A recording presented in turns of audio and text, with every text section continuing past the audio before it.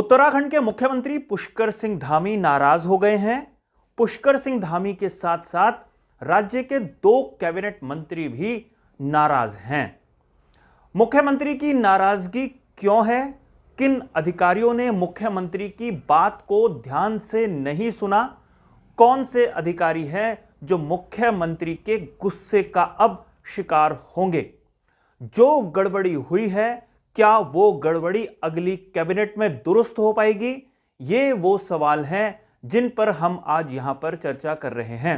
लेकिन अपने इस प्रकरण को मैं आगे बढ़ाऊं उससे पहले आप तमाम सम्मानित दर्शकों से आग्रह है, खबर पसंद आए तो इसे लाइक जरूर करें, खबर पर अपनी राय जरूर दें, टिप्पणी जरूर करें और चैनल को सब्सक्राइब जरूर कर लीजिए।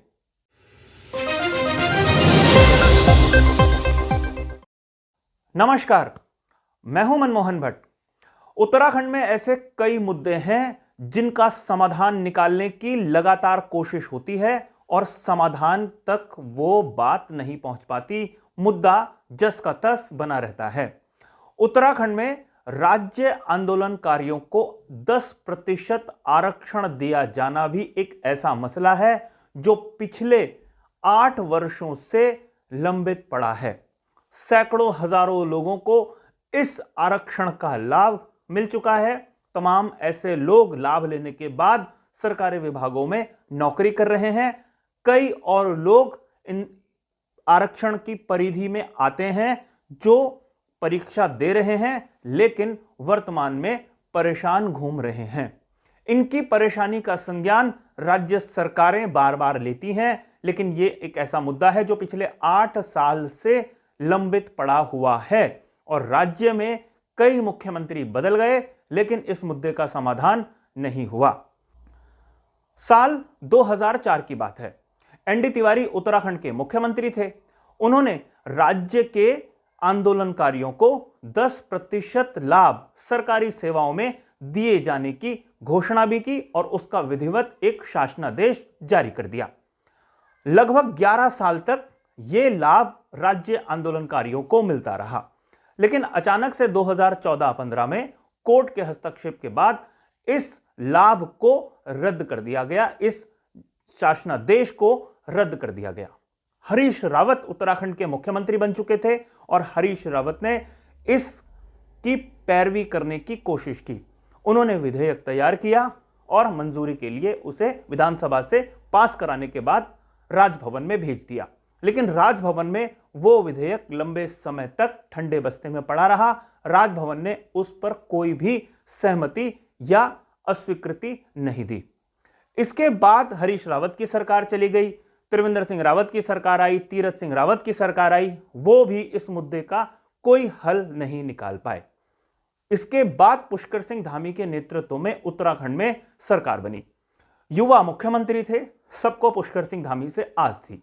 चुनाव नजदीक था, इसलिए मुख्यमंत्री पुष्कर सिंह धामी भी इस मुद्दे को लेकर बेहद गंभीर हो रहे थे, लेकिन वो मुद्दा चुनाव से पहले भी किसी भी तरीके से सुलझ नहीं पाया।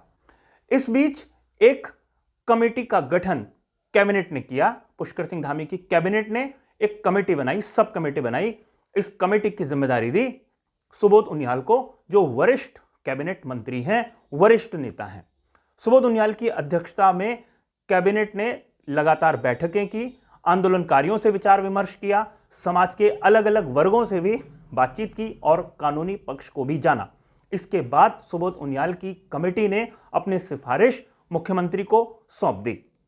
मुख्यमंत्री पिछली 2 कैबिनेट से इंतजार कर रहे हैं कि राज्य आंदोलनकारियों को 10% लाभ सरकारी नौकरियों में मिले, इसका प्रस्ताव कैबिनेट में आ जाए, लेकिन अधिकारियों को कई बार निर्देश दिए जाने के बावजूद यह प्रस्ताव कैबिनेट में नहीं आ रहा है।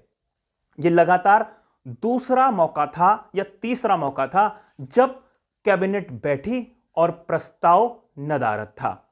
इसके बाद सबसे पहले तो सौरभ बहुगुणा और सुबोध उनियाल दोनों ने अपनी आपत्ति जताई, अपनी नाराजगी जताई। अधिकारियों के रवैये पर मुख्यमंत्री को भी अपनी नाराजगी जताते हुए बताया कि महत्वपूर्ण मुद्दा है, राज्य सरकार इस मुद्दे से लगातार जूझ रही है, लेकिन अधिकारियों का लापरवाही भरा रवैया सरकार की फजीहत करा रहा है।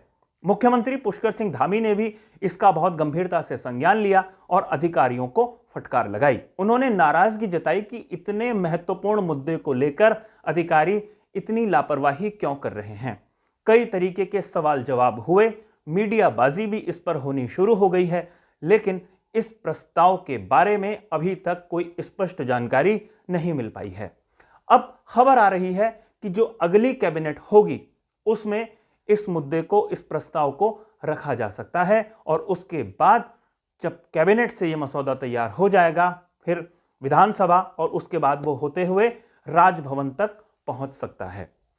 उत्तराखंड में आंदोलनकारियों को 10% आरक्षण दिए जाने के साथ साथ उत्तराखंड मूल की महिलाओं को भी सरकारी नौकरियों में क्षैतिज आरक्षण की व्यवस्था को नैनीताल हाईकोर्ट रद्द कर चुका था।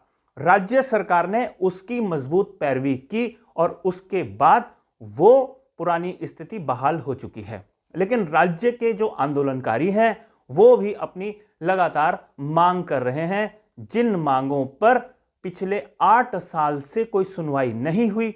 अगर वो मांग अब पूरी हो जाती है या वो जो उनको लाभ मिलता था वो एक बार फिर से मिलना शुरू हो जाएगा तो कई लोगों को सरकारी नौकरी आसानी से मिल सकती है, आरक्षण के दायरे में वो आ सकते हैं और जो यूकेएसएससी या लोक सेवा आयोग जो परीक्षा करा रहा है उसमें 10% का लाभ उन्हें मिल सकता है।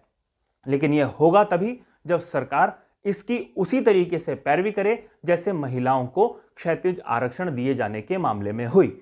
लेकिन जितनी मुस्तैदी मंत्री विधायक दिखाते हैं उतनी मुस्तैदी अधिकारी नहीं दिखा रहे हैं और इसीलिए कैबिनेट मंत्री से लेकर मुख्यमंत्री तक सभी नाराज हो गए हैं। अब देखना यह है कि अगली कैबिनेट में क्या यह मामला आ पाता है या अगली कैबिनेट में भी कोई बहाना अधिकारी बना देते हैं। अभी के लिए साथियों फिलहाल इतना ही। अगली रिपोर्ट में आपसे फिर मुलाकात होगी, लेकिन जाने से पहले आग्रह जरूर करूंगा, खबर पसंद आई हो तो इसे लाइक जरूर करें, खबर पर अपनी राय, अपनी टिप्पणी जरूर दें और साथ साथ चैनल को सब्सक्राइब आप जरूर कर लीजिए। नमस्कार।